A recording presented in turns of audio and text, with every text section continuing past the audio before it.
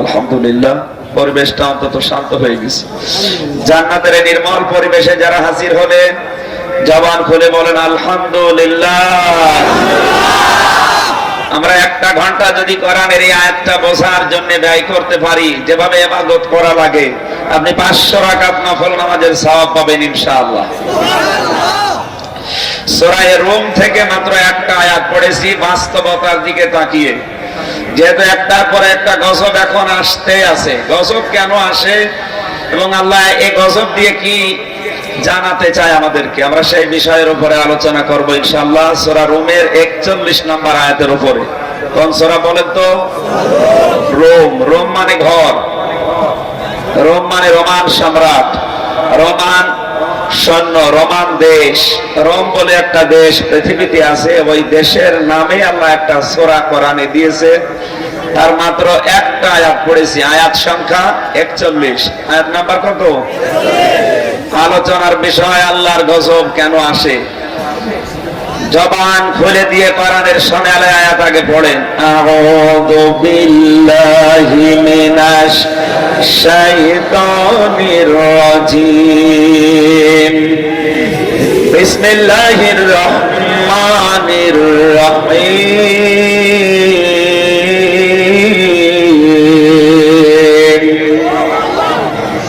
যাহারাল ফাসাদু feel বাররি ওয়াল বাহরি বিমা কাসাবাত আইদিন নাস,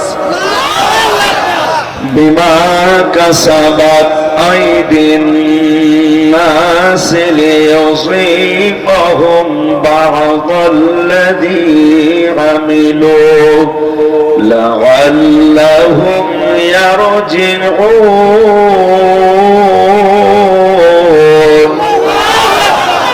সাদাকতা ইয়া রাব্বানা। আল্লাহ পাক বলেন, জলে, স্থলে, আকাশে, জমিনে যে বিপর্যয় আমাদের উপরে নেমে আসে, আমি আল্লাহ এগুলো দিতে চাই না। এগুলো সব আমাদের হাতের কামাই করা ফসল। মাঝে মাঝে আযাব গজব গুলো আমি কেন পাঠাই জানো? লিয়ুযীকাহুম বা'দাল্লাযী আমিলু, মানুষ যেন তাদের আমলের মজা স্বাদ পায়। লাআল্লাহুম ইয়ারজিউন, এবং তারা যেন আমি আল্লাহর বিধানের দিকে, আমি আল্লাহর দিকে ফিরে আসে। আয়াতের বাংলা অর্থ ছিল এইটা। আমরা এবার তাফসীরে যাব। আছেন তো? এখানে আছেন? খালি গন্ডগোল করার জন্য শুনতেছেন? ঠিক আছে। কোরআনে কারিমে আল্লাহ রাব্বুল আলামিন যে আয়াতগুলো দিয়েছেন, স্থান কাল পাত্র ভেদে সভ্যতার যত বিকাশ হবে, কোরআনে কারিম থেকে তত নতুন তথ্য মানুষ খুঁজে পাবে। পৃথিবীতে আমরা একটা কথা শুনি, জ্ঞান মুমিনের হারানো ধন। এই কথা শুনেছেন না? বলো না কেন? এই মুমিন জ্ঞান হারিয়েছে কবে, কোথায় বলেন তো? মুমিন যে আপনি দাবি করলেন জ্ঞান মুমিনের হারানো ধন, এই জ্ঞান আপনি হারিয়েছেন কোথায়, কবে? বলতে পারলেন না। এবার যারা জ্ঞানী মানুষ আছেন তারা বলেন। সূরা বাকারার ভেতরে আল্লাহ তাআলা জানিয়েছেন, ওয়া আল্লামা আদামাল আসমাআ কুল্লাহা ইলা আখিরি আয়াত। আদম নবীকে যেদিন আমি তৈরি করি, ওই দিন তার এই মেমোরির ভেতরে দুনিয়ার যত জ্ঞান, সব বিষয়গুলো আমি আল্লাহ এখানে মেমোরাইজ করে দিয়েছিলাম। এখানে সব কিছু সফটওয়্যারে তোলা আছে। হযরতে আদমের সন্তান যেহেতু আমরা যেহেতু মুমিন, আদম নবীও মুমিন, বিশ্বাসী ছিলেন। এই জন্য কিয়ামত পর্যন্ত আদমের সন্তান যারা আসবে, ওই যে জ্ঞান আল্লাহ প্রথমে আমাদের মেমোরির ভেতরে ঢুকিয়েছেন। দিন যত যাবে, সভ্যতার বিকাশ যত হবে, ওই জ্ঞানগুলো তত সত্য জ্ঞান তত প্রকাশ পেতে থাকবে। যে যত চেষ্টা করবে আল্লাহ তাকে ওই সত্য যে জ্ঞান আছে তত প্রকাশ করে দেবে তার কাছে। এজন্য জ্ঞান মুমিনের হারানো ধন আমরা হারিয়ে ফেলেছি ওই সেই বাবার শিক্ষার পর থেকে। হারিয়ে ফেলেছিলাম, এখন আস্তে আস্তে যে যেখানে পাচ্ছি ওইটা আয়ত্ত করার, রপ্ত করার চেষ্টায় আছি। আল্লাহ যেন জ্ঞানকে আয়ত্ত করে ওর উপরে কাজ করার তৌফিক দান করেন। জোরে বলুন আমিন। হে নবী, আপনার কাছে দুনিয়ার মানুষগুলো যারা আসবে সমস্যার সমাধান নিয়ে, আমি বউ তালাক দিয়েছি, আমি স্ত্রীর শরীরে হাত দিয়েছি, আমার ছেলে মেয়েকে ফাঁকি দিয়েছি, বিনা কারণে একজনের উপরে জুলুম করেছি, এখন আমার এই সমস্যার সমাধান কি হবে? আজকে আসার সময় এক পুলিশ অফিসার কল দিচ্ছিল যে আমার যে টাকাগুলো সরকার মাসে মাসে কেটে নেয়, চাকরির পরে একবারে হয়তো 20 লাখ, 30 লাখ, 40 লাখ টাকা আমাকে দেবে, এখন এই টাকা নেওয়া আমার জন্য জায়েজ হবে কিনা, এরকম প্রশ্ন অনেকের আছে না? রাসূলুল্লাহকে সাল্লাল্লাহু আলাইহি সাল্লামকে আল্লাহ জানিয়েছেন, হে নবী, মানুষ যখন সমস্যার সমাধান করার জন্য আসবে, আপনি সমস্যার সমাধান দেবেন আমার কোরআনের তাফসীর করে। ও আহসানা তাফসীর না তাফসীর, তাফসীর এখানে গান আছে, আপনি সুন্দর উত্তম ব্যাখ্যা দেবেন। এই যে পুলিশ অফিসারের এই উত্তম ব্যাখ্যা, এটা যেহেতু সে ইন্টারনেটে এখন লাইভ অনুষ্ঠানে দেখছে, তার বাড়ি লড়াইলে, আমি অফিসারকে সহ বলছি যারা এই সমস্ত প্রশ্নগুলো বিভিন্ন সময় দেন, আপনি জবাব পাওয়ার জন্য আজকে ইন্টারনেটের মাধ্যমে আমি জানাচ্ছি, সরকার যে টাকাগুলো এই 25 বছর, 30 বছর, 35 বছর চাকরি করার কারণে কেটে নেয়, হয়তো বেতন পান 30,000 টাকা, 2,000 টাকা করে প্রতি মাসে কেটে নেয়, কথা বুঝতেছেন? প্রতি মাসে যদি 2,000 টাকা কাটে, সরকার আরো 2,000 টাকা আপনাকে দেবে। প্রত্যেক প্রতিষ্ঠানের নিয়মই এইটা। আমি আকিস গ্রুপে চাকরি করি, 8 দিন হাসপাতালে, আমার যা বেতন 2,000 টাকা করে ওনারা কেটে নেয়, আর বছরে বছরে 14,000 টাকা করে গরিবদেরকে এই যে চক্ষু অপারেশন করার জন্য, চোখের ছানি অপারেশন করে, বিভিন্ন সময় চক্ষু শিবির করে, 8 দিন হাসপাতালের বিভিন্ন অঙ্গন দিয়ে, এই জন্য যত মানুষ ওখানে চাকরি করে ওদের বেতনের 6 দিনের যা টাকা হয় এটা কেটে রেখে দেয়। আমার 14,000 টাকা এই মাসে কেটে নিয়েছে, প্রত্যেকের, আমার ড্রাইভারের নিয়েছে 3,500, যে যার যতটুকু স্কেল আছে তার ওইভাবে কেটে নেয়। ওখানে যিনি এমডি আছে তার বেতন 3.5 লাখ টাকা, ওর কমপক্ষে কাটবে 1-1.5 লাখ, কথা বুঝতেছে? তাহলে আমার আমি নাম নাই বললাম, আমার 14,000 অলরেডি কেটে নিয়েছে, প্রতি মাসে মাসে কাটে 2,000, আর প্রতিষ্ঠান থেকে বা সরকারও যদি কাটে আরো 2,000 দেয়, 4,000 করে টাকা জমা হবে। এখন যার 10,000 কাটে আরো 10,000 সরকার দেবে, 20,000 জমা হবে। 35 বছর চাকরি করলে যদি 30 লাখ টাকা জমা হয়, কত জবাব দেন? 30 লাখ টাকা জমা হলে ওই টাকা সরকার বসিয়ে রাখে না, উনি বিভিন্ন জায়গায়, সরকারের বিভিন্ন জায়গা আছে, ওগুলো আবার ব্যবহার করে, ওখান থেকে আরো লাভ হয়। আপনি 30 লক্ষ টাকা যদি জমা করতে পারেন এই 35 বছর চাকরি করে, আরো হয়তো 10 লাখ টাকা লাভ হবে।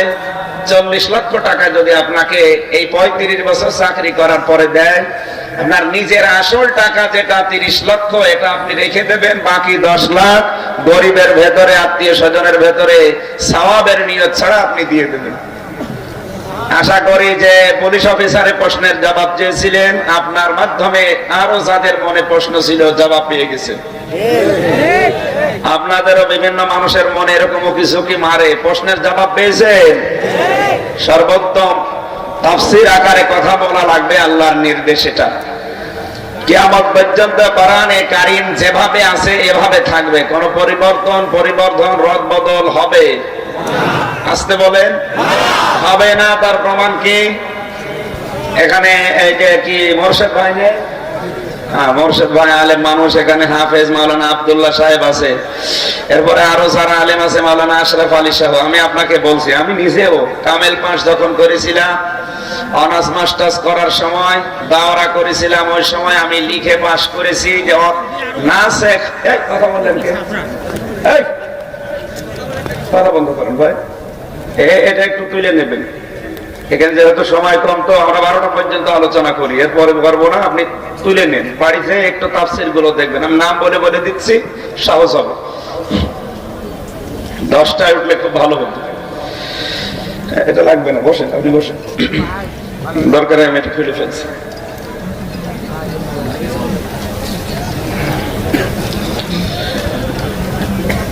শুনতেছেন?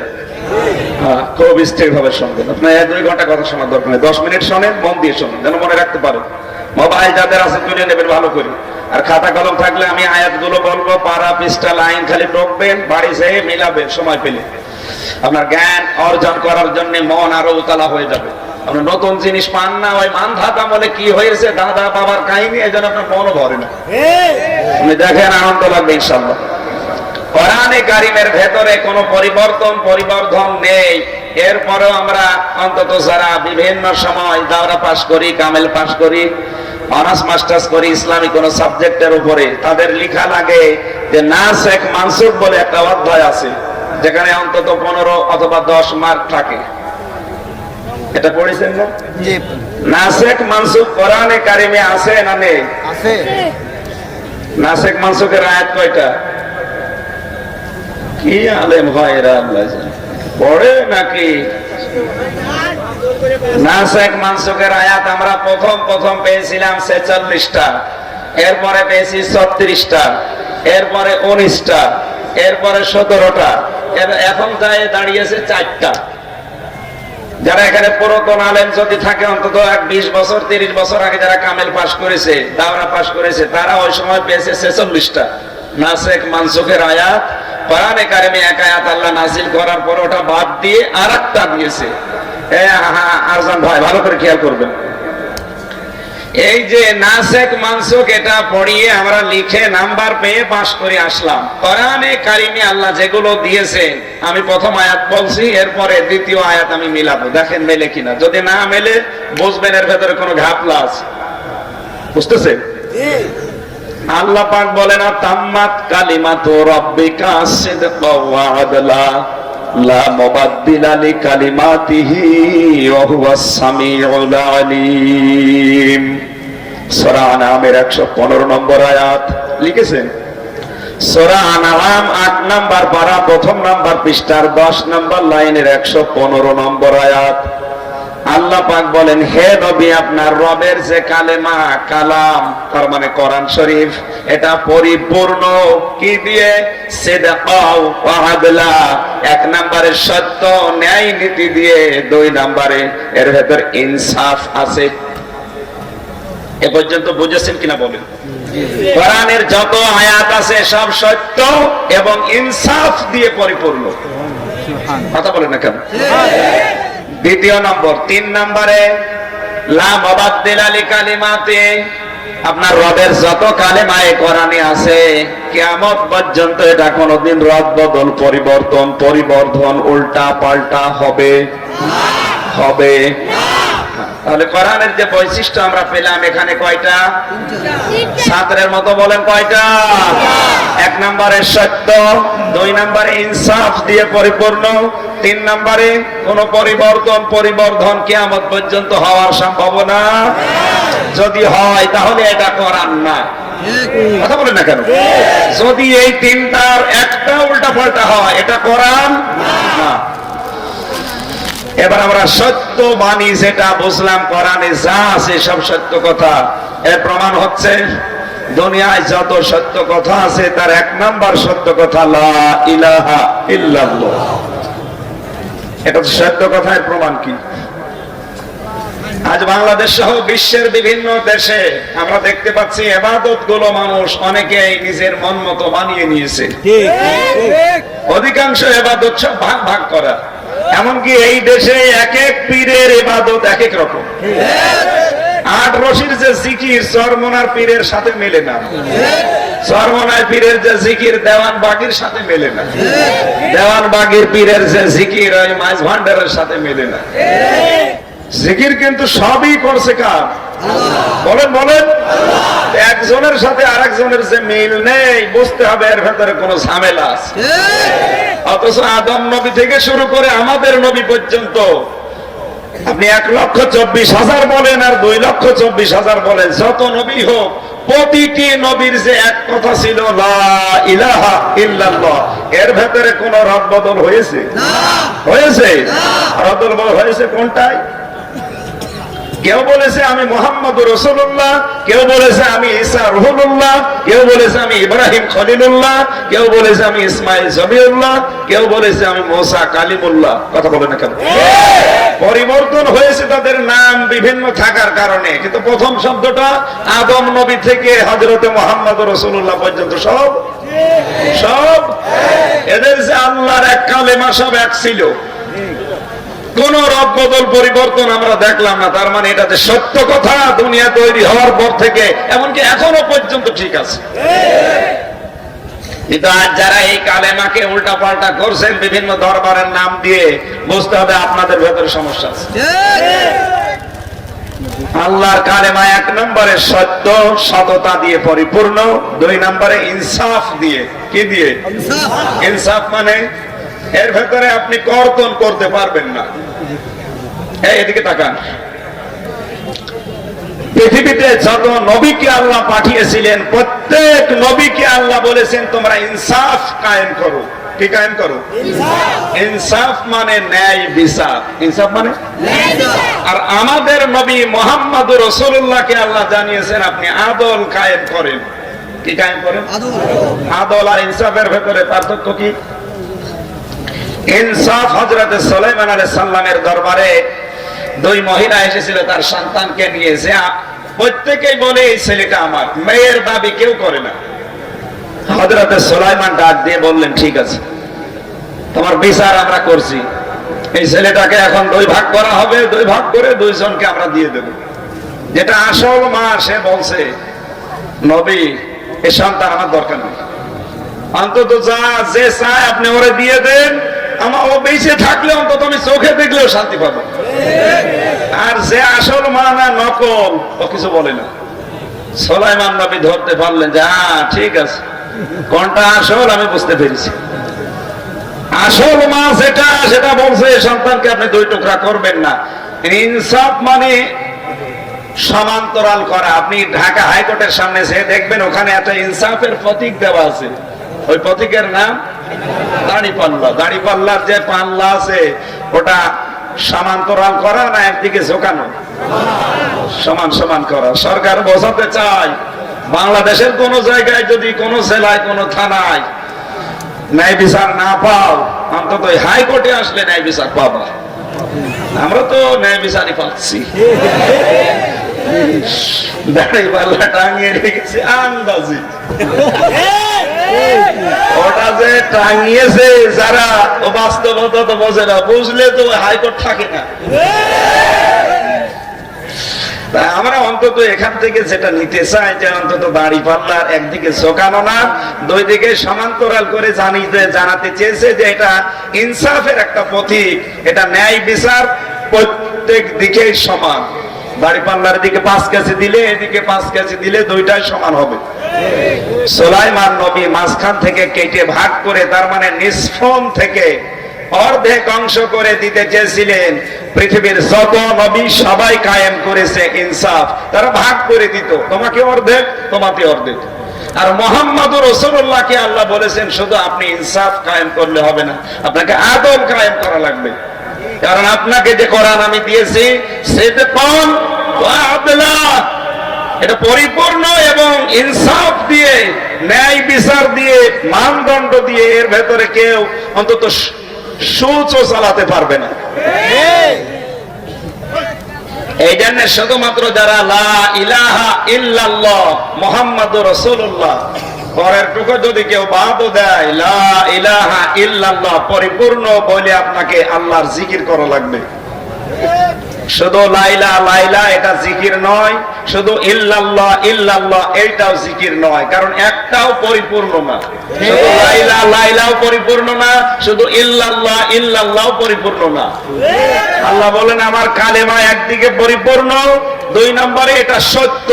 ইল্লাল্লাহ ইল্লাল্লাহ এটা কোনো সত্য বাণী নয়, আল্লাহ ছাড়া আল্লাহ ছাড়া কি লাইলা লাইলা কেউ নেই কেউ নেই কি, তার মানে এটা কোরআনের আয়াতের সাথে সাংঘর্ষিক, এটা জিকির হতে পারে না। কেউ যদি এই কোরআনের কোন আয়াত দিয়ে দলিল দিতে চায় তাহলে অথেন্টিক কোন হাদিসের পক্ষে যেটার সনদ এবং মতন ঠিক আছে, বাংলাদেশে বহু হাদিস এমন আকাশে বাতাসে ঘুরে বেড়াচ্ছে, যার কোনো সনদও নেই, মতনও নেই। কোন মনীষীর কথা হয়তো ওটা হাদিস বলে চালিয়ে দিচ্ছে। আর এটা সূক্ষ্ম ষড়যন্ত্র করে কিছু ইহুদি আর খ্রিস্টান কলকাতা আলিয়া থেকে ঢাকা আলিয়া মাদ্রাসা পর্যন্ত ৭৭ বছর একাধারে ওরা ২৬ জন খ্রিস্টান প্রিন্সিপাল দায়িত্ব পালন করেছিল। ওরা ওই সময় ষড়যন্ত্র করে আমাদের মনীষীদের নাম দিয়ে এরকম কিছু কথা হাদিসের নামে, কোরআনের আয়াতের নামে চালিয়েছে। আমরা মনে করছি এগুলো আবু হানিফার কথা, এও অসুবিধা নেই। অত আবু হানিফা জীবনেও কোরআনের বিরুদ্ধে কোনো কথা বলতে পারে, অন্তত আমার বিশ্বাস হয় না। ইমাম ফখরুদ্দিন রাজি রহমাতুল্লাহ আলাইহি কোরআনের বিপক্ষে কোনো কথা বলতে পারে, অন্তত আমার বিশ্বাস হয় না। আপনার বিশ্বাস হয়? অবশ্যই তাদের নাম করে অথবা তাদের পরিবারস্থ লোক সবাই তো আর একরকম না।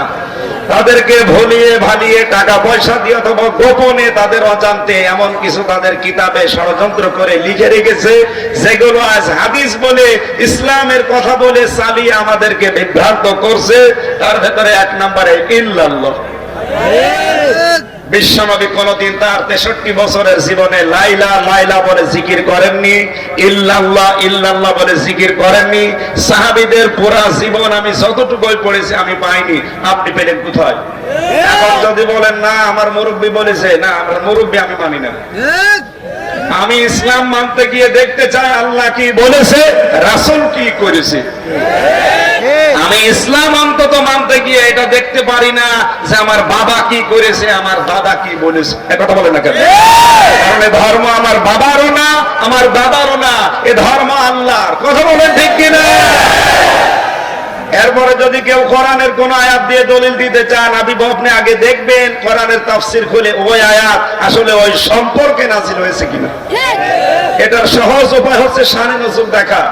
যে কোনো তাফসীর যদি কেউ বলে ওয়ামাইয়াগফিরুয যুনুবা ইল্লাল্লাহ, মাওলানা হাফিজুর রহমান ভাই আয়াত দিয়ে দলিল দিতে চায় যে ওয়ামাইয়াগফিরুয যুনুবা ইল্লাল্লাহ, আল্লাহ বাদে কোনো মাফ করার কেউ নেই, যে ইল্লাল্লাহ আছে এই কারণে ইল্লাল্লাহ জিকির জায়েজ। অথচ এইটা তো ইল্লাল্লাহ জিকিরের দলিল না, এটা আল্লাহ প্রশ্নবোধক একটা চিহ্ন দিয়েছে। আপনাকে ইন্টারোগেটিভ সেন্টেন্স এটা বুঝতে হবে এই আয়াতের পরে কি শব্দ আছে। আল্লাহ বোঝাতে চাচ্ছে দুনিয়ার মানুষকে ওয়ামাইয়াগফিরুয যুনুবা ইল্লাল্লাহ, আমি আল্লাহ বাদে গুনাহ মাফ কেউ করতে পারে কি, শেষে প্রশ্নবোধক চিহ্ন। আল্লাহ প্রশ্ন দিচ্ছেন আর আপনি ওটা ইল্লাল্লাহ জিকিরের দলিল বানিয়ে দিন। পাগলামি করেন আপনি, কিন্তু বোঝেন বা জানেন যে এটা ওই আয়াত না। যেটা আপনার পীর সাহেব করে, আপনার দল এটা চলায়, আপনি অন্ধভাবে করছেন, আপনি আগে জাহান্নামে যাবেন। কারণ যারা জানে না ওরা তো এক অপরাধ করছে, আর আপনি জানার পরে যদি রাগ হয় বলেন যে এই কথাটা আপনার ঠিক হয়নি।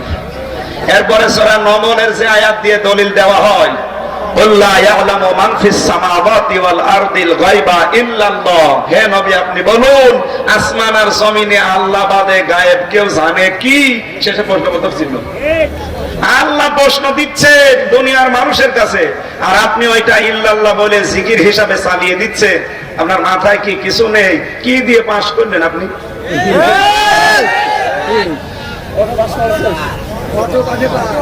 না, আমি কাউকে ইন্ডিকেট করে ছোট করার জন্য, খাটো করার জন্য, কাউকে অপমান করার জন্য না। আমি আমার ইমান থেকে বলছি আসলে এই আয়াতগুলোর শানাজুল যত তাফসীর আছে পৃথিবীতে অন্তত 42টার উপরে আমি নিজেই দেখেছি, একটাতেও পাইনি আপনি যেটা বলছেন ওটা আপনার মন গড়া অথবা কারো ধোকায় পড়ে বলছেন।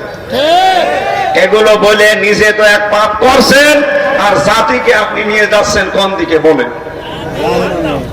এ মানুষগুলো যারা বসে আছে এরা তো আর ওইভাবে চিন্তা ভাবনা করে না। ও মনে করছে হুজুর বলছে, এ তো ফেরেশতার মতো হুজুর। লা ইলাহা ইল্লাল্লাহ, এটা একটা বললাম। এবার আমি দ্বিতীয় নম্বর যে প্রশ্নে যাবার জন্য এ পর্যন্ত এসেছিলাম, নাসেখ মানসুখ বলে কোরআনে কারিমে যদি 46টা আয়াত শেষ হয়ে যায়, এরপরে 36, এরপরে 19, এরপরে 17, এরপরে এখন 4টা, এই 1500 বছরের ভেতরে পরিবর্তন হয়ে বাদ চলে গেছে কয়টা আয়াত? 42টা। 42টা অলরেডি বাদ হয়ে গেছে। আমি আলেমদেরকে বলছি 42টা বাদ দিল কে? আপনার বাবা, আপনার দাদা, আপনার মুরব্বী। আর যদি দেয় ওই মুরব্বী, ওই বাবা দাদার কোন ক্ষমতা আছে কোরআনের কোন আয়াত বাদ দেওয়ার? বলেন বলেন। তাহলে যদি প্রশ্ন আসে সূরা বাকারার 106 নম্বর আয়াত, সূরা নাহলের 101 নম্বর আয়াত, এই দুইটা আয়াত তাহলে কি? আসলে এই আয়াত দুইটার শানে নজুল এবং প্রেক্ষাপট না পড়ে আন্দাজে এই নাসিখ মানসুখ শব্দটা আছে এই নিয়ে দলিল দিচ্ছে। ওই যে ইল্লাল্লাহর মতো, মানান সাখ মিন আয়াতিন আও নুনসিহা নাতি বিখাইরিন মিনহা আও মিসলিহা আলাম তা'লাম আন্নাল্লাহা আলা কুল্লি শাইইন কাদির। আব্দুল্লাহ সাহেব, আপনাকে বলছি একটু খেয়াল করুন। সূরা বাকারার 106 নম্বর আয়াত। কত নম্বর আয়াত? 106 সূরা বাকারা। আল্লাহ রাব্বুল আলামিন বলেন, হে নবী, আমি যদি কোন আয়াত রদবদল করি, পরিবর্তন করি পূর্বের কোন আয়াত, পূর্বের আয়াত মানে কোরআনের আগে যে সমস্ত কিতাব ছিল, আসমানি কিতাব, ওইগুলো আল্লাহর পাঠানো, তাওরাত, জাবুর, ইনজিল এবং ওই যে 100টা সহিফা, ওগুলো কার? আল্লাহ। বলেন বলেন। আমি যদি ওইগুলোর কোন কিতাবের আয়াত পরিবর্তন করে আপনাকে কিছু দিতে চাই, হয় ওর চাইতে সুন্দরতা দেব অথবা ওর অনুরূপ আরো ভালোতা আপনাকে দেব। এটা কোরআনের কোন আয়াত নাযিল করার পরে ওইটা বাদ দিয়ে আরেকটা দেব, এরকম করলে একটা অপচয়ের শামিল হয়। কথা বলেননি? দ্বিতীয় নম্বর হচ্ছে সূরা নাহাল 14 নম্বর পারা 18 নম্বর পৃষ্ঠায় আছে। এই আয়াতটা 101 নম্বর আয়াত। ওয়াইদা বাদদালনা আয়াতাম মাকানা আয়াতিন। তারপরে কি? হুজুর হাফেজ না তুমি? আল্লাহু আ'লামু বিমা ইউনাজ্জিলু ক্বালু ইন্নামা আনতা মুফতার বাল আকসারুহুম লা ইয়ালামুন। কোরআনের আয়াত আমরা বললেও মনে হয় শস্যের ফুল দেখে চোখে। আপনি বসে আছে। আল্লাহ পাক বলেন, আমি যদি কোনো আয়াত বাদ দিয়ে দেই বা পরিবর্তন করি, তাহলে ওই স্থানে নতুন কিছু নিয়ে আসলে ওর চাইতে সুন্দর জিনিস আমি আল্লাহ নাযিল করি। জোরে বলেন সুবহানাল্লাহ। এটা কোরআনের আয়াত বাদ দিয়ে আরেকটা আয়াত নাযিল করি না, এটা মেনে নিলে তাহলে অপচয়ের শামিল হয়। অপচয় কেন? কারণ এই 1500 বছর এই 46টা আয়াত ছিল না ছিল না? বলেন। এর দ্বারা কালি খরচ হয়েছে, কথা বলা লাগবে, কাগজ খরচ হয়েছে, যারা শ্রম দিয়েছে এর পেছনে শ্রমিক হিসাবে বিভিন্ন প্রিন্টিং মেশিনে তাদের শ্রম নষ্ট হয়েছে। বলে বলেন বলেন। যে হাজার হাজার টাকার কালি, কাগজ, মানুষের শ্রম, বেতন, এগুলো সব নষ্ট। হঠাৎ করে এখন এই 1500 বছর পরে এসে বলছেন যে 42টা আয়াত রহিত হয়ে গেছে, চলে না, এখন এই 42টা বাদ দিয়ে। তাহলে ওই যে কাগজ, কালি, মানুষের শ্রম, এগুলো অপচয়ের শামিল কিনা বলেন? বলেন বলেন। আর আল্লাহ অপচয় করে না, তার প্রমাণ আল্লাহ কোরআনে দিয়েছেন। ওয়ালা তুবাজ্জির তাবযীরা, আমি আল্লাহ অপচয় করি না। ইন্নাল মুবাজ্জিরিনা কানু ইখওয়ানাশ শায়াতিন, তোমরা অপচয় করবে না, কারণ অপচয় যে করে শয়তানের ভাই।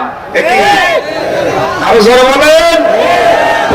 কোরআনে যত গুনার কথা আছে, কোন গুনাহ শয়তানের ভাই আল্লাহ বলেননি। চুরি করা গুনার কাজ, জেনা করা গুনার কাজ, বেপরদায় চলা গুনার কাজ, মানুষ হত্যা করা গুনার কাজ, সুদ খাওয়া বলে না কেন, ঘুষ খাওয়া কি গুনাহ? কবিরা। বলেন বলেন। এত বড় বড় গুনার কথা বলার পরেও পুরা কোরআনে আপনি দেখবেন কোন জায়গায় নেই যে এই গুনাহগুলো করলে মানুষ শয়তানের ভাই হয়ে যায়। না, শুধুমাত্র যারা অপচয় করে এদেরকে আল্লাহ বলেন এরা অপচয়কারী, শয়তানের ভাই। আপনি টের পাচ্ছেন কি বললেন আল্লাহ? তার মানে মানুষ হত্যা করার চাইতেও খারাপ কাজ অপচয় করা, জেনা করার চাইতেও আল্লাহর কাছে খারাপ কাজ অপচয় করা।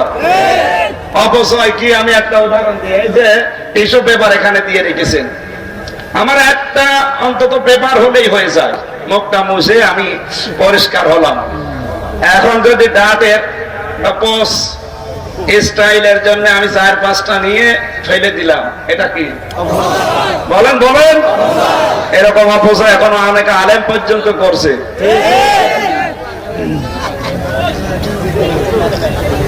আল্লাহ নিজে যেটা ওয়াজ করলেন, আল্লাহ তুবাসসির তাফসীর, অপচয় করা যাবে না।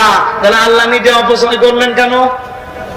ওই যে 42টা আয়াত আপনি এখন বাদ দিয়ে মাত্র 4টা রাখলেন, তো ওই আয়াতগুলো আল্লাহর নাযিল করার দরকার ছিল কি?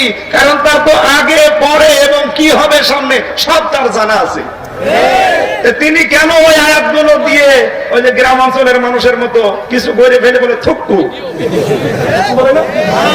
থুক্কু ভুল হয়ে গেছে, আবার আমি শুরু করলাম। আল্লাহ কি ওই রকম থুক্কু নাকি? তার মানে নাসেখ মানসুখ যেটা, এটা ভুয়া জিনিস, এটা আল্লাহর উপর একটা তহমত দেওয়ার মতো লাইন তৈরি করে দিয়েছে ওরা। দ্বিতীয় নম্বরে, এদিকে তাকান, দ্বিতীয় একটু কষ্ট করেন, দেখেন সামনে যাবো ইনশাল্লাহ। দ্বিতীয় নম্বরে, মানুষকে আল্লাহ যেটা বলেন সেটা উনি আগে নিজে বলে না কেন?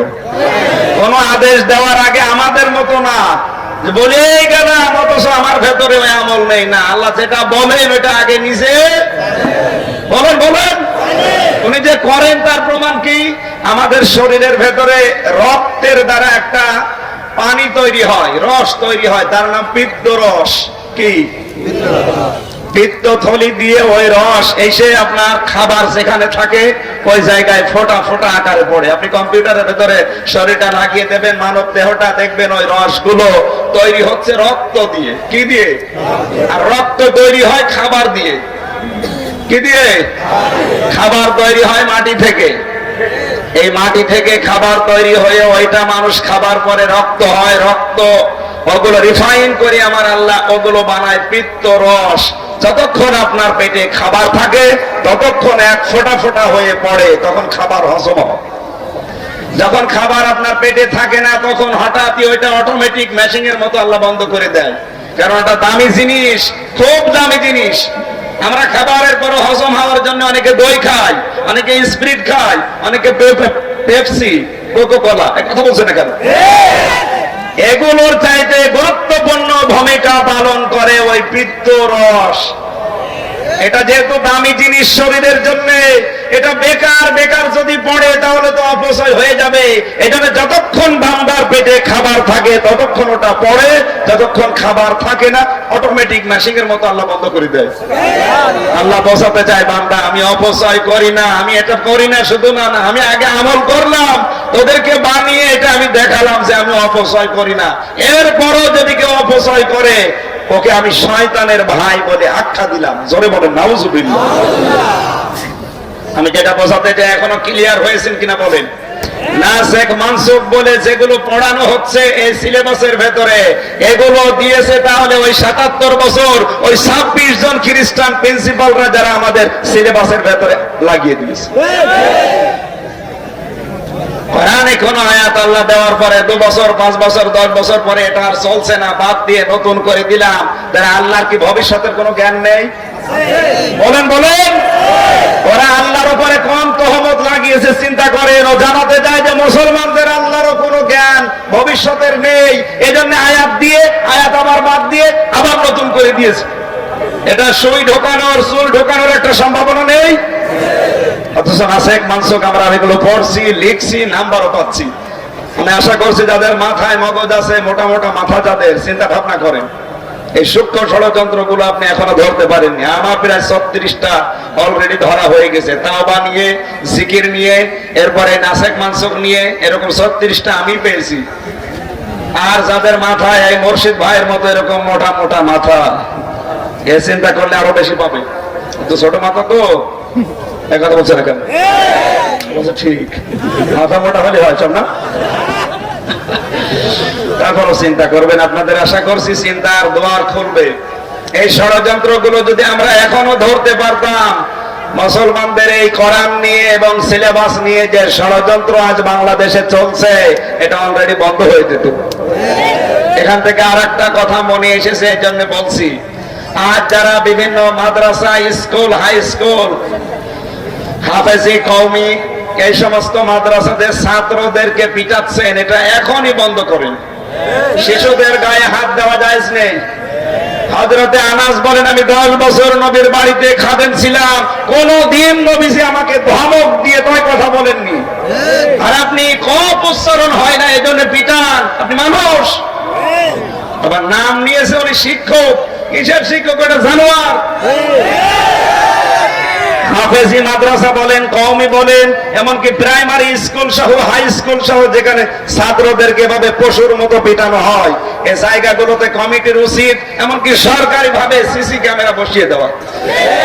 এই শয়তান মার্কা মানুষগুলোকে টাইট করা এই সিসি ক্যামেরা ছাড়া সম্ভব না।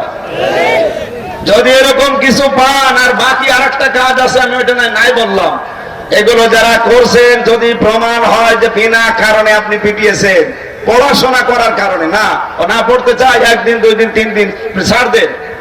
আমি নিজে ওই প্রথম বয়সে মায়ের খেয়েছি। প্রথমে 5 পাস করে আমার বাবা যখন আমার চাচা নিয়ে গিয়েছিল মাদ্রাসায়, আমার ভর্তি করার পরে কারি সাহেব পড়াচ্ছে আলিফ বা তা সা কফ পর্যন্ত গেছে। কফ আর কাফ দুইটা অক্ষর না? কাফ তো সহজে উচ্চারণ হয়, কিন্তু কফটা কঠিন। এটা ধাক্কা মেরে কলকলার হরফ সহজ না, খুব কঠিন এটা। কফ আমার উচ্চারণ 2 বার 3 বার হয়নি, যখন এমন পিটানো পিটিয়েছে, বাড়িতে এসে আমার মা বলছে তোর আর মাদ্রাসা পড়ার দরকার নেই। মানে উনি আমারে পিটাচ্ছিল আর আমি গণনা করছিলাম, শেষে দেখলাম 22টা পর্যন্ত উনি মেরেছে আমার এই হাতের উপর। জোরে বলেন নাউজুবিল্লাহ। আপনার 1 দিন 2 দিন 5 দিন 10 দিন না হোক, আপনি আমার মারবেন কোন কারণে? তখন আমার বয়সই কয় বছর? 8-9 বছর বয়স। আপনি এই বয়সে আমাকে এভাবে পিটালেন। যদি আমার মা ওই সময় বাবা জোর করে বলতো না দেবই না, তাহলে আমাকে অন্তত এই দিনের লাইনে আপনি আর পেতেন না, আমি ওই ডাইল মাইল খেয়ে বেড়াতাম। কথা বলেন না কেন? শুধু এরকম না, হাজারো হায়ার এডুকেটেড যারা, বিশেষ করে ডিসি, এসপি, টিওনো, অনেক ওসি, অনেক বড় বড় ব্যবসায়ী যারা, শিল্পপতি, আমার আকিজ গ্রুপের যারা দায়িত্বে আছে বড় বড়, এই মানুষগুলো, এমনকি ডিআইসি, অনেক ডিআইসি পর্যন্ত আমি খোঁজ রাখি, তারা ছেলে মেয়েদেরকে কোরআন শিখাতে চায়। শুধু এই 3-4 দিন ইন্টারনেটে যা দেখছে মাদ্রাসায় যেভাবে পিটানো হয়, এই দৃশ্য থেকে অনেকে সিদ্ধান্ত পাল্টিয়েছে যে না, অন্তত ছেলে মেয়েরে আর পড়াবো না। আপনার এই নিষ্ঠুর আচরণের কারণে যারা কোরআন থেকে ছেলে মেয়েদেরকে না পড়িয়ে জেনারেল লাইনে দিচ্ছে, ও কিন্তু আস্তে আস্তে ঐশী তৈরি হবে। বলেন বিভিন্ন মাদ্রাসা স্কুলে যারা দায়িত্বে আছেন, যদি এরকম কোন শিক্ষক সিসি ক্যামেরার মাধ্যমে ধরা পড়ে, পরে শাস্তির আওতায় আনবেন, চাকরি তো খাবেনি। ও সেই কয়টা পিটিয়েছে ওর 3 ডবল ওরে পিটাবেন, তাও কাপড় খুলে।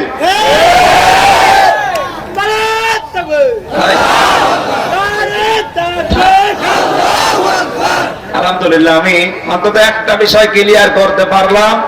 আমার চিন্তা ভাবনায় ভুল হতে পারে, যাদের আরো ভাবক চিন্তা আছে তারা চিন্তা গবেষণা করেন। এই নাসেক মানসুখ দিয়ে আল্লাহর উপর একটা তহমত দেওয়ার, বাতিল এবং নাস্তিক মুরতাদ যারা ইসলাম নিয়ে ষড়যন্ত্র করছে, যাদের চুলকানি, ওরা আঙ্গুল তোরার একটা সাহস পাচ্ছে। নাসেক মানসুখ বলে কোরআনে কিছু নেই, এগুলো সব বানানো। আপনি এই 2টা আয়াত কোরআনের জন্য, এটা পূর্বের আয়াতের জন্য। এই যে আমার কাছে কোরআন আছে, এটা আধুনিক, ওই 1200 বছর আগে লিখা না, এটা 1 মাস আগে লিখা। আধুনিক বিজ্ঞানের সাথে বাস্তবতার সাথে মিলিয়ে লিখেছে। আমি যেভাবে বললাম এভাবে বললে আপনি আর সই প্রবেশ করানোর জায়গা পাবেন না। যে আগের আয়াতগুলো তো এমনিতেই আল্লাহ আগের তাওরাত জবর ইনজিল ওগুলো বাতিল ঘোষণা করেনি, হবেন না কেন? এখন তাওরাত মানলে জান্নাত পাবেন, ইনজিল মানলে পাবেন। সুতরাং ওগুলো তো এমনি রিজেক্ট হয়ে গেছে, বাতিল। কিন্তু বিশ্বাস করা রাখবে আল্লাহ ওগুলো নাযিল করেছিলেন। আল্লাহ বলেন আমি পূর্বের কিতাবের কোন বিধান যদি বাতিল করি, রহিত করবে, ওর চাইতে সুন্দর বিধান আপনাকে আমি আল্লাহ জানিয়ে দেই বা দান করি। এইটাকে আপনি নাসেক মানসুখ মানিয়ে শুধু আয়াত বাদ দিতে আছেন, এটা ঠিক না। কারণ কোরআনে কারিমে কিয়ামত পর্যন্ত কোনো পরিবর্তন নেই। লা মুবাদদিলা লিকালিমাতিহি বা মুবাদদিলা লিকালিমাতিল্লাহ, দুইটাই আছে কোরআনে। যদি পরিবর্তনই হয় যে এটা কোরআন থাকে, আলহামদুলিল্লাহ। যে কোরআনের কোনো পরিবর্তন নেই, পরিবর্ধন নেই, কোন রাত বদল নেই। বিশ্ব নবীকে পর্যন্ত আল্লাহ সতর্কবাণী শুনিয়েছেন, ওয়ালাউ তাকাওয়ালা আলাইনা বাদাল আকাবিল লা আখাযনা মিনহু বিল ইয়ামিন সুম্মা লাকাতানা মিনহুল ওয়াতিন ফামা মিনকুম মিন আহাদিন আনহু হাজিজিন। জোরে বলেন আল্লাহু আকবার। আলেমকে বলছি, এতদিন পর্যন্ত যারা পড়েছেন যে কোরআনে কারিমের ভেতরে যদি নবীজি কোনো কথা বানিয়ে বলতেন তাহলে আল্লাহ পাক নবীর ডান হাত চেপে ধরে কণ্ঠনালী কেটে ফেলে দিতেন, এটা পড়েছেন না? হ্যাঁ মোর্শেদ ভাই কই পড়েছেন? আমি যা বললাম এটা ঠিক আছে না? ঠিক নেই। এটা ঠিক নেই কেন বলেন তো? লাখাজনা, অবশ্যই আমরা ধরতাম। এখানে আমরা মানে কে? সবাই বলেন মিনহু, মিন মানে হতে, বি মানে দ্বারা, দিয়ে, কর্তৃক, আমিন মানে ডান হাত। আল্লাহ পাক বলেন অবশ্যই আমরা ডান হাত দিয়ে ধরতাম। ধরতো কে? সবাই বলেন আল্লাহ তার ডান হাত দিয়ে ধরতেন। নবীজির ডান হাত আল্লাহ ধরতেন না, এই কথা ঠিক না। যারা এতদিন পড়েছেন এটা ভুল। আল্লাহ নিজে তার ডান হাত দিয়ে নবীজিকে ধরতেন, আর আমরা জানি ডান হাত দিয়ে কিছু ধরলে মানুষ শক্ত করে ধরে। কথা বলে না কেন? কোন গুরুত্বপূর্ণ জিনিস ধরতে হলে বাম হাত দিয়ে ধরে না ডান হাত? আল্লাহ ধরতেন ডান হাত দিয়ে না বাম হাত দিয়ে? ডান হাত দিয়ে। তোমরা শক্ত করে ধরতেন। কোরআন যে কত অথেন্টিক এই মিনহু বিল ইয়ামিন দ্বারাই বোঝা যাচ্ছে। মিনহু বিশ শিমাল আল্লাহ দেয়নি। অবশ্যই আমরা আমাদের ডান হাত দিয়ে নবীজিকে চেপে ধরতাম, আর তার কণ্ঠনালী যেটা দিয়ে কথা বলে কেটে ফেলতাম। কেউ ছিনে না আমার এই কাজে আমাকে বাধা দেওয়া। সুবহানাল্লাহ বলতে পারেন না? কোরআন কত অথেন্টিক, এর ভেতরে কোনো বানানো কথা আছে? এমনকি নবীজির কথাও। অথচ আজ কোরআনের নামে অনেকে হাদিস কোরআন বলে চালিয়ে দিচ্ছে। কত মানুষের দেশে ফতোয়া দিচ্ছে লাকুম দীনুকুম ওয়ালিয়া দীন, রাহুল বুখারী। কথা বলে না কেন? একটু একটু ভাবা যায় না, সে সেই হোক। নবীজি পর্যন্ত কোরআনে কোন কথা যদি নিজের কথা আল্লাহর বলে চালিয়ে দিতেন, আল্লাহ তাকেও ছেড়ে কি কেটে দিতেন? কণ্ঠনালী। জোরে বলেন কি? যে জীবনে জানার কথা বলতে না পারে। অথচ আজ অনেকে কোরআনের আয়াতের নামে হাদিসকে কোরআন বলে চালাচ্ছে। তাদের কি কেটে ফেলা দরকার আপনি এবার বলেন? কণ্ঠনালী না, ওদেরকে অন্তত চূর্ণ বিচূর্ণ করা দরকার। আল্লাহ রাব্বুল আলামিনের কোরআন এইভাবে আমরা পরিচয় পেলাম যে কিয়ামত পর্যন্ত এর ভেতরে কোনো রদ বদল, পরিবর্তন নেই। জোরে বলেন আল্লাহু আকবার। আল্লাহ পাক সূরা রুমের 41 নম্বর আয়াতে আমাদেরকে সতর্ক করছেন, জলে স্থলে যে বিপদ আপদ গুলো দেখতে পাচ্ছ, মাঝে মাঝে ঝড়, সাইক্লোন, ঘূর্ণিঝড়, এই যে তুফান আসে, আইলা, সিডর, টর্নেডো, আর এখন সবচাইতে বড় বিপদ যেটা চলছে করোনা। কি এগুলো কেন দিয়েছি জানো? সব তোমাদের এই দুই হাতের কামাই করা আইদিন নাস। মানুষ যখন পাপ করে, পাপ থেকে আমি আল্লাহ শাস্তি দিয়ে মিস কল দেয়। তাদেরকে আমি আল্লাহ মাঝে মাঝে হলুদ কার্ড দেখাই। সর্বশেষ আমি চাই তারা যেন আল্লাহুম ইয়ারজিউন, আমি আল্লাহর দিকে ফিরে আসে। জোরে বলেন সুবহানাল্লাহ। সর্বশেষ মানুষকে পরিবর্তন করার জন্য আল্লাহ যে মহামারী আকারে যেটা দিয়েছেন তার নাম আমরা শুনছি, দেখতে পাচ্ছি। চোখে না দেখা একটা ভাইরাস করোনা, চীন দেশ থেকে যদি এটা আবিষ্কৃত, আজ বাংলাদেশ সহ বিশ্বের ভাবুক চিন্তাশীল মানুষগুলো, বিশেষ করে ইসলাম নিয়ে যারা ভাবে, তারা জানিয়েছে করোনার ভেতরে 3টা নির্দেশ আল্লাহর আছে। পয়কার, কোরআন, ক, রয়কার দন্তন্যায় করে না, তার মানে কয়কার দিয়ে কোরআন পড়ো, রয়কার দিয়ে রোজা রাখো, আর দন্তন্যায়কারে নামাজ পড়ো। কোরআন পড়বা, নামাজ পড়বা, রোজা রাখবা, মহান আল্লাহ এই করোনা থেকে তোমাদেরকে বাঁচাবেন। জোরে বলুন সুবহানাল্লাহ। বিজ্ঞানের তথ্য হচ্ছে করোনা থেকে বাঁচতে হলে বেশি বেশি করে আপনাকে হাত, মুখ, পাও, নাক, চোখ এগুলো ধৌত করা লাগবে। নামাজ পড়তে হলে আমরা জানি আর কিছু করা লাগে না লাগে, ওযু করা লাগে। বলে না কেন? আগসিলু ওয়াজহাকুম ওয়া আইদিয়াকুম ইলাল মারাফিকি আমসাহু বিরুসিকুম। আমি বাইরের একটা দেশের কথা বলছি, মালদ্বীপে এয়ারপোর্টে নামার পরে দেখি পানির কোনো সিস্টেম নেই, মানে হাত মুখ ধোয়া লাগবে এরকম কোনো সিস্টেম নেই, ওযু করতে হবে সেরকম কোনো সিস্টেম নেই, আরো বললে রাগ করে। ওই দিন আমার মনে হচ্ছিল আল্লাহ যদি ওযু করার কোনো ব্যবস্থা করে দিত। তার কিছুদিন পর থেকে আরম্ভ হয়েছে করোনা, তার মানে রোগের মহা ঔষধের নাম পানি দেখলে আপনাকে ধৌত করা লাগবে। এখন মালদ্বীপ সহ বিশ্বের বিভিন্ন দেশে পানি দিয়ে ধৌত করার একটা সিস্টেমই চালু করে দিয়েছে। কথা বলেন ঠিক কিনা? এখানে নামাজ পড়তে হলে যেমন ওযু করা লাগে, ওযু শর্ত, আর ওযু করতে হলে 4টা জায়গা কমপক্ষে ধৌত করাই লাগবে। কয়টা? মুখমণ্ডল, যেগুলো দিয়ে জার প্রবেশ করতে পারে। 5 ওয়াক্ত নামাজের আগে অন্তত কেউ যদি ওযু করতে পারে, আর ঘুমানোর আগে যদি কেউ ওযু করে ঘুমাতে পারে, এই রোগ থেকে আল্লাহ তাকে বাঁচাবে। রোজা রাখলে মানুষের পাকস্থলী ভালো থাকে, তার হজম শক্তি বৃদ্ধি পায়, গ্যাসের, আলসারের এগুলোর সমস্যা যাদের আছে, রোজার দ্বারা আমার আল্লাহ তাকে আস্তে আস্তে সুস্থ করেন। কোরআনে কারীমকে আল্লাহ জানিয়েছেন মহা ঔষধ। মানব দেহে যত রোগ আছে, পরিবারে, সমাজে যত রোগ আছে, রোগগুলো মুক্ত করার জন্য আল্লাহ কোরআন পাঠিয়েছেন। অনুনাজ্জিলু মিনাল কুরআনি মা হুয়া শিফাউ ওয়া রাহমাতুল লিল মুমিনিন ওয়া লা ইয়াজিদুজ জালিমিনা ইল্লা খাসারা। জোরে বলেন আল্লাহু আকবার। আল্লাহ পাক সূরা বনী ইসরাইলের 82 নম্বর আয়াতে বলেন, এ কোরআন নাযিল করার ধারাবাহিকতায় এমন এমন বিধান আমি দিয়েছি যেটা মুমিনদের জন্য রোগ মুক্তির কারণ হবে, আর জালেমদের জন্য শুধুমাত্র ক্ষতি বৃদ্ধি করতেই থাকবে। এজন্য জালেমদের জন্য কোনো ভালো কথা করা নেই। বলেন বলেন। আজ বিভিন্ন জেলাতে যাওয়ার পরে যারা কানের কাছে মুখ নিয়ে বলেন, হুজুর আমার বিরুদ্ধে যেন বলবেন না। আপনার বিরুদ্ধে তো আমি বলি না, কারণ আপনি যে কাজ করেন আপনার পক্ষে বলার মতো কোন আয়াত কোরআনে নেই।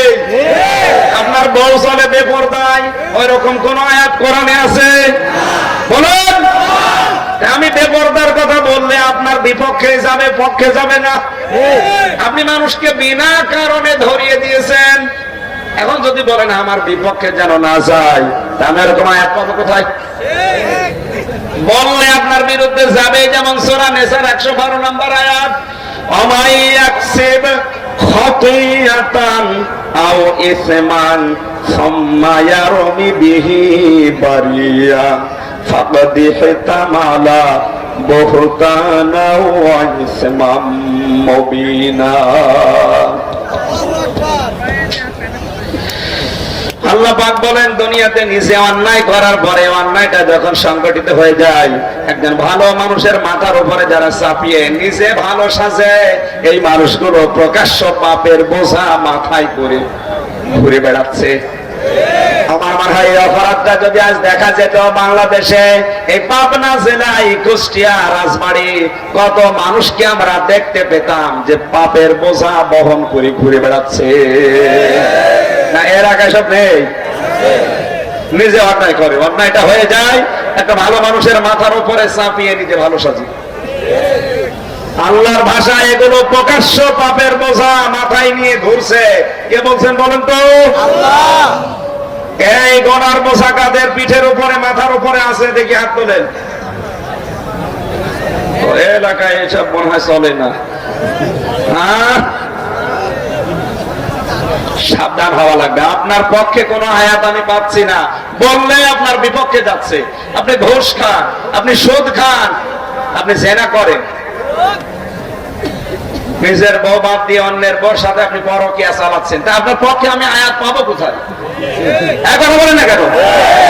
এজন্য পা দিয়ে কোরআন পড়ো, কোরআনে কারিম যদি বড় বোঝো আমল করো, কোরআনে কারিম দিয়ে তোমার কাছে করোনা আসা অন্তত সম্ভব না। কোরআনের কোন নিয়ম নীতি বিধান নেই যে করোনা তোমার ধর্মে ধরবে কারে। দ্বিতীয় নম্বরের হতে রোজা রাখো, যেটা সুস্থ থাকার হাতিয়ার। সামনে আসতেছে, শুধু ফরজ রোজা না, সম্ভব হলে নফল রোজাও রাখার চেষ্টা করবেন যদি পারেন। 3 নম্বরে দৈত্য নয়াকারে নামাজ আদায় করো, সুস্থ থাকা যাবে, এমনকি করোনা থেকে আল্লাহ বাঁচিয়ে দেবে। জোরে বলেন সুবহানাল্লাহ।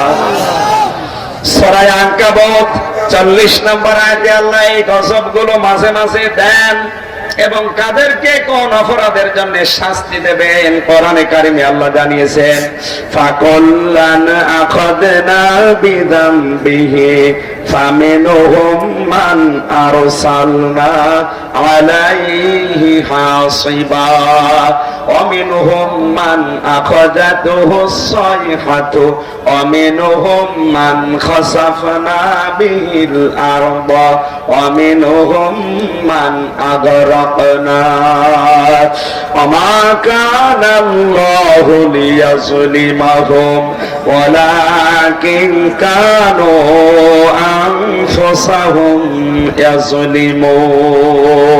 জোরে বলেন আল্লাহু আকবার। আল্লাহ রাব্বুল আলামিন জানিয়েছেন, হে নবী, আমি প্রত্যেককে তাদের অপরাধের কারণে পাকড়াও করেছি, ধরেছি, তাদের এই পাপের শাস্তি দেওয়ার জন্য। কাউকে মাঝে মাঝে প্রচন্ড প্রস্তর বৃষ্টি নাজিল করে দুনিয়া থেকে বিদায় দিয়েছি, ঝড় দিয়েছি, বৃষ্টির ঝড়, পাথরের ঝড়। এরপরে কাউকে আমি আল্লাহ প্রচন্ড বাতাস দিয়ে দুনিয়া থেকে বিদায় দিয়েছি, উল্টিয়ে দিয়েছি। কাউকে আমি জমিনটা পুরা উল্টিয়ে তাদের মাথার উপরে ডেড সি বানিয়ে দিয়েছি, মৃত সাগর। কাউকে আমি সাগরের ভেতরে, পানির ভেতরে চবিয়ে মেরেছি, ডুবিয়ে মেরেছি। আমি আল্লাহ কারো উপরে জুলুম করি না, বরং মানুষেরা নিজেরাই নিজেদের উপরে জুলুম করে। আমরা এর আগে আয়াত থেকে প্রথমে পেয়েছিলাম, ফামিনহুম মান আরসালনা আলাইহি হাসিবা, কারো উপরে আল্লাহ প্রস্তর সহ প্রচন্ড ঝঞ্ঝা বা বৃষ্টি, বিশাল আকারে বাতাস পাঠিয়েছিলেন। তার 1 নম্বরে নাম পেয়েছি হযরতে শুআয়ব আলাইহিস সালামের। মিশর দেশে মাদায়েন শহরের আইকা নামক এলাকায় হযরতে শুআয়ব আলাইহিস সালাম বাস করতেন। তার এলাকায় তার উম্মতদের ভেতরে একটা গনার প্রচলন ছিল, যে গনার কারণে আল্লাহ তাদেরকে বাতাস দিয়ে ধ্বংস করে দিয়েছিলেন। এই উম্মতের ভেতরে যে গনাটা ছিল সেটা হচ্ছে মাপে কম দেওয়া। কি দেওয়া? বলেন বলেন। হযরতে শুআয়ব নবী আলাইহিস সালাম, মুসা আলাইহিস সালামের শ্বশুর, তিনি আইকা নামক শহরের লোকদেরকে বললেন, আমার উম্মতেরা, তোমরা যে মাপে কম বেশি দাও এটা বন্ধ করো। এই মাপে কম বেশি দেওয়ার কারণে 3 দিনের ভেতরে আল্লাহ তোমাদের উপরে গজব নাজিল করবে। উম্মতেরা জবাব দিচ্ছে, কি বলেন আপনি? আমরা আয়ের দ্বারা একটু টাকা পয়সা ইনকাম করার চেষ্টা চালাই, আর আপনি আমাদের এই ব্যবসা বন্ধ করে দিতে চান। রব্বুল আলামিন বলেন, ওয়াইলুল লিল মুতাফফিফিন আল্লাযীনা ইযা ইক্তালু আলান নাসি ইয়াস্তাওফুন। ধ্বংস হয়ে যাক ওই মানুষগুলো, ওই দোকানদার গুলো, ওই ব্যবসায়ী গুলো, ওই শিক্ষক গুলো, ওই রাজনীতিবিদ গুলো, ওই ডাক্তার গুলো, যারা নেওয়ার সময় ঠিক মতো নেয়, দেওয়ার সময় মানুষকে কম দেয়। এখানে শুধু দোকানদারদের জন্য আল্লাহ আয়াত নাযিল করেননি, যারা শিক্ষক, সারা জীবন জ্ঞানের বিভিন্ন শাখা থেকে, বিভিন্ন জায়গা থেকে জ্ঞান অর্জন করে, কিন্তু দেওয়ার সময় ছাত্রদেরকে আর সঠিকভাবে ওই জ্ঞানটা ক্লাসে দিতে চায় না। তখন বলে, এরাই ভেট পড়া লাগবে, নাই কোচিং করা লাগবে। এই কথা বলে না কেন? আপনি নেওয়ার সময় ঠিক মতো সারা জীবন জ্ঞানগুলো নিলেন বিভিন্ন জায়গা থেকে, দেওয়ার সময় এখন সঠিকভাবে আর বিনোদন করেন না। এগুলো আর অ্যাডভার্টাইজ করতে পারেন না, তখন একটা স্বার্থ জুড়ে দেন। আপনি ওয়াইলুল লিল মুতাফফিফিনের ভেতরে শামিল। মাঝে মাঝে যে বিপদ আপদ গুলো আসে এর জন্য আপনিও দায়ী। রাজনৈতিক যে নেতা নেত্রীগুলো ভোটে দাঁড়ানোর আগে কত ওয়াদা দেয়, একটা রাস্তাও কাঁচা থাকবে না। ঠিক ভোটে পাস করার পরে বাজেট হয় 1 কোটি টাকা, যদি একটা রাস্তার জন্য বাজেট হয়, ওই বাজেট বের করে নিয়ে আসতে 50,000 টাকা আল্লাহর ওলিরা খেয়ে ফেলে। বাকি 50,000-এর ভেতরে 20 লাখ চাই বিভিন্ন জায়গায়, নল ছাড়া দেখায়। কথা বলছেন এখন?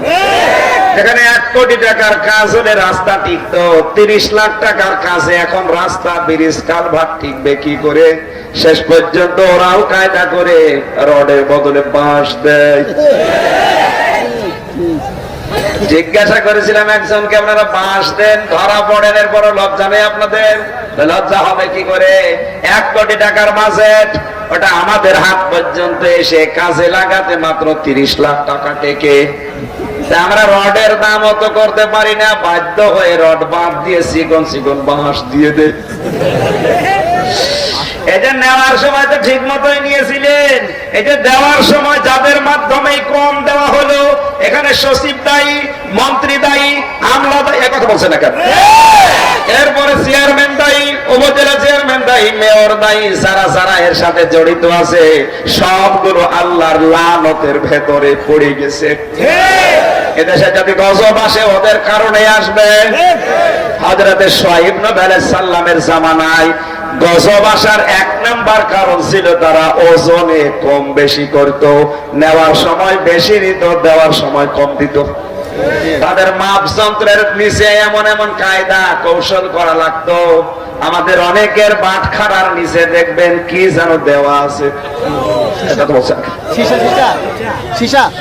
সীসা দেয় কেউ, চম্বুক দেয় কেউ, গুটি মার্বেল ওর ভেতরে দিয়ে আটা দিয়ে এইটে রাখে। জোরে বলেন সুবহানাল্লাহ। আউযুবিল্লাহ। ফামিনহুম মান আরসালনা আলাইহি হাসিবা, তাদের জন্য বস্তর সহ প্রচন্ড ঝঞ্ঝা বাতাস আমি আল্লাহ নাযিল করি। গতকাল ঢাকাতে যেভাবে বাতাস ঝোড়ো হাওয়া উঠেছিল, ওর মাত্রা যদি আল্লাহ আরো বাড়িয়ে দিতেন। আমি অনেক জায়গায় দেখলাম বিভিন্ন খাম্বা, বিভিন্ন লাইট গুলো খসে খসে পড়ে আছে। কাল মাহফিল ঢাকা শহরে ছিল, আমি দেখতে পেয়েছি কালকে। একটু মাত্রা বেড়ে যেত। এই গজব গুলো আল্লাহ নাযিল করছে এই দেশে যারা নেওয়ার সময় বেশি নেয়, দেওয়ার সময় কম দেয়, ওজনে কম বেশি করলে আল্লাহ এই গজব নাযিল করে। দ্বিতীয় নম্বরে কালকে আমি আল্লাহ ওয়ামিনহুম মান আখাযাতহু সাইহা, তাদেরকে সাইহাতুন মানে প্রচন্ড আকারে তাদের উপরে বৃষ্টি দিয়ে আমি আল্লাহ তাদেরকে বিদায় করে দিয়েছি, ধ্বংস করেছি। হযরতে শুআয়ব আলাইহিস সালামের জামানার পরে সালেহ আলাইহিস সালামের জামানায় আল্লাহ গজব নাযিল করেছিলেন। হযরতে সালের জামানায় যে গজব আল্লাহ দিয়েছিলেন কারণ ছিল তারা আল্লাহর যে উষ্ঠি নিদর্শন, এই নিদর্শনকে তারা হত্যা করে ফেলেছিল। এখন হয়তো উষ্ঠি নেই, মুহাম্মদ রাসূলুল্লাহ সর্বশ্রেষ্ঠ নিদর্শন হচ্ছে কোরআনে কারীম। কথা বলা লাগবে। আল্লাহ পাক বলেন আমার নবীর এই শ্রেষ্ঠ মুজিজা 3000-এর ভেতরে অন্যতম। সালেহ নবী আলাইহিস সালামের জামানায় যারা আল্লাহর নিদর্শনকে, আল্লাহর আয়াতকে, আল্লাহর এই উষ্ঠিকে মেরে ফেলে গজবে পড়েছিল, এখনো যারা মুহাম্মদ রাসূলুল্লাহর শ্রেষ্ঠ মুজিজা কোরআনের বিরুদ্ধে অবস্থান নিয়ে কোরআনকে পাল্টানোর চেষ্টা চালাতে আছেন, তাদের জন্য আল্লাহ কিন্তু এরকম গজব এখনো দিতে পারে। চীন দেশের চাইনারা এই বৌদ্ধ জাতি চেয়েছিল আল্লাহর কোরআনের একটা আয়াত ওরা পাল্টিয়ে দেবে, পর্দার আয়াত। মেয়েদেরকে পর্দা হিজাব পরার বিধান দিয়েছে কে? আল্লাহ। ওরা বলছে আমরা এটা রাখবো না, আল্লাহ বলছে রাখবো না মানে তোদেরকে আমি রাখবো না। তোরা মেয়েদেরকে পর্দা ছাড়া বের করতে চাস, আমি আল্লাহ তোদের মুখ দেখতে চাই না।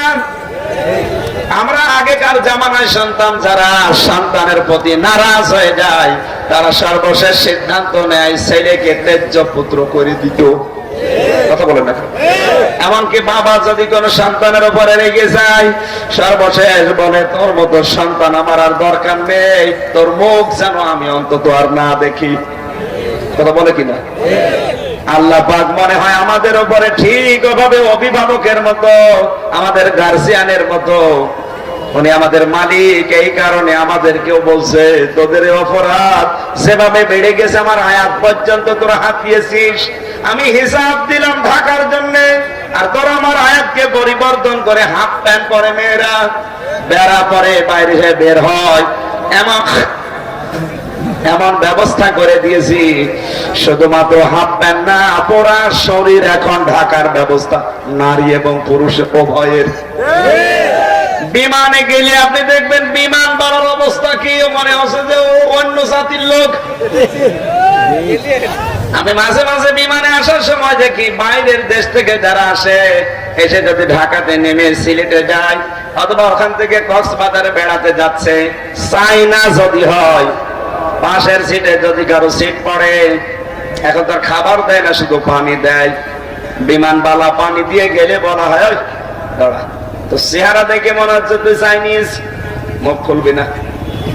তুই যদি মুখ খুলি তোর পাশের সিটে আমি বসবো না, দরকার হয় বিমানের হ্যান্ডেল ধরে দাঁড়িয়ে যাও।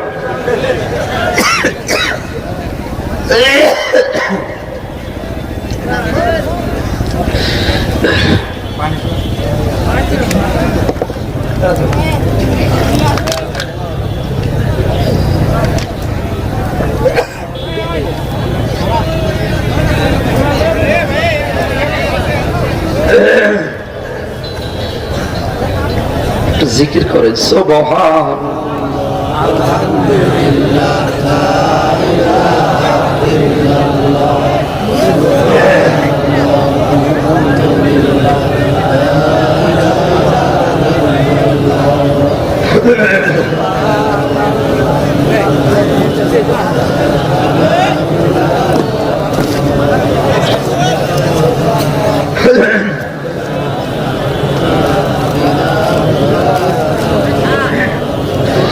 সুবহানাল্লাহ আলহামদুলিল্লাহ লা ইলাহা ইল্লাল্লাহ সুবহানাল্লাহ। সম্মানিত ভাইরা, আমি কণ্ঠের কারণে এবং মাইকের কারণে যে অবস্থা, রাত এখন 12:15 বাজে, চারিদিক থেকে তাকিয়ে পুরাটা হয়তো শেষ হবে না, আমি যতক্ষণ পারি চেষ্টা চালাবো। আর আমার লিখিত মেয়েদের উপরে বই আছে, তাদের অবাধ্য স্ত্রী আছে, মেয়ে আছে, বোন আছে, ভাবি আছে, তাদের জন্য অন্তত বইটা নিয়ে যাবেন। গাড়িতে আছে, কালো গাড়ি দেখবেন, পাজাও গাড়ি, কালো আকিস গ্রুপের লেখা আছে, আবদিন হাসপাতাল, ওই গাড়ি থেকে নিয়ে যাবেন। 5টা বই আছে লিখিত, মেয়েদের জন্য একটা আছে, ওইটা অবশ্যই নিয়ে যাবেন। নামাজেরটাও আছে মেয়েদের জন্য। 6 জন আদর্শ নারীর জীবনের উপরে লিখেছি, 112 পৃষ্ঠা শুধু মেয়েদের উপরে। আমার বিশ্বাস যদি পুরাটা আমার মেয়েরা পড়তে পারে, অনেক অবাধ্য মেয়ে বাধ্য হওয়া সম্ভব। আমি কোরআনের দিকে তাকিয়ে লিখেছি, অনেক দলিল দেওয়া আছে, যাওয়ার সময় নিয়েছে। আমরা আযাব গুলো কোন কোন পাপের কোন শাস্তি আল্লাহ দুনিয়ায় পাঠায় বলছিলাম। শোয়েব আলাইহিস সালামের জামানায় ওজন কম বেশি করার কারণে আল্লাহ শাস্তি পাঠিয়েছিলেন।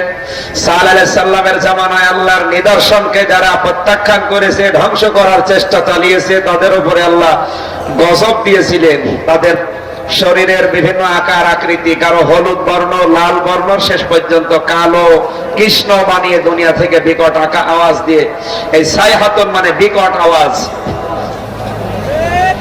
এরপরে কাউকে আমার আল্লাহ দুনিয়া একেবারে উল্টিয়ে দিয়েছেন, যেমন লূত নবী আলাইহিস সালামের জামানায় ওরা পুরুষে পুরুষে জেনা করত। আজ বিভিন্ন জায়গায় লাওয়াতাত আরম্ভ হয়েছে। এদের কারণে এই দুনিয়াকে আল্লাহ উল্টিয়ে দিতেও দ্বিধাবোধ করবেন না। ডেড সি নামে একটা সাগর এখনো পর্যন্ত দুনিয়ায় আছে, শুধু এই লাওয়াতাত পুরুষে পুরুষে জেনা করার কারণে আল্লাহ এটা বানিয়েছে। এরপরে ফেরাউনকে আল্লাহ ডুবিয়ে মেরেছিল, যারা ক্ষমতা পাওয়ার পরে জনগণের উপরে অত্যাচার করে। আর যেগুলো হচ্ছে পৃথিবী সহ বাংলাদেশে, না জানি কখন আবার ফেরাউনের ওই গজব চলে আসে কিনা। এরকম প্রায় এখানে 27টা আযাব এবং আযাবের কারণগুলো আল্লাহ দিয়েছেন। আমার কণ্ঠের দিকে তাকিয়ে, মাইকের দিকে তাকিয়ে আমি শেষকে একেবারে ঝামেলা মার্কে মাইক নিয়েছি। শেষ করে দিচ্ছে। আমি বারাকাল্লাহু লানা ওয়া লাকুম ফিল কোরআনিল আযীম। মেয়েদের জন্য আলাদা কিছু বলতে পারলাম না, বইটা নিয়ে যাবেন, কাজে লাগবে ইনশাআল্লাহ। আল্লাহুম্মা আমিন। ربنا آتنا في الدنيا حسنة وفي الآخرة حسنة وقنا عذاب النار وادخلنا الجنة مع الأبرار। আল্লাহ তাআলা তোমার বান্দা বান্দীরা বহু দূর দূরান্ত থেকে বড় আশা করে এসেছিল কোরআন শোনার জন্য। যারা এত পাগল ছিল এদেরকে তুমি অমরের মতো বানিয়ে দাও, সওয়াবগুলো আমাদের নবীজির রওজায় পৌঁছাও। যার যে মনের কামনা বাসনা আছে আমাদের জায়েজ আশাগুলো পূর্ণ করে দাও। এই মিডিয়া কি আশ্চর্য, মোনাজাত চলছে আর আপনারা বসেন। এই কারণে তো আপনাদের আসতে মানা করি, কোনো গুরুত্ব নেই এদের, বসেন। মোনাজাতের আগে কোন ক্যামেরা যদি আগামী কোন মাহফিলে খোলেন ওটা ভেঙে ফেলবেন। মোনাজাতটা না ধরে এখনই খোলা আরম্ভ করছি। আর মোনাজাত হচ্ছে আল্লাহর কাছে, আপনি দাঁড়িয়েছেন কোন কারণে? বসেন, মাথা নিচে করেন, পাপের কথাগুলো স্মরণ করেন, জীবনের অপরাধ স্মরণ করে আল্লাহর কাছে তোলেন। ربنا ظلمنا أنفسنا وإن لم تغفر لنا وترحمنا لنكونن من الخاسرين। আল্লাহ তাআলা কোরআনের ইজ্জতে আমাদের জীবনের অপরাধগুলো নেকি বানিয়ে দাও।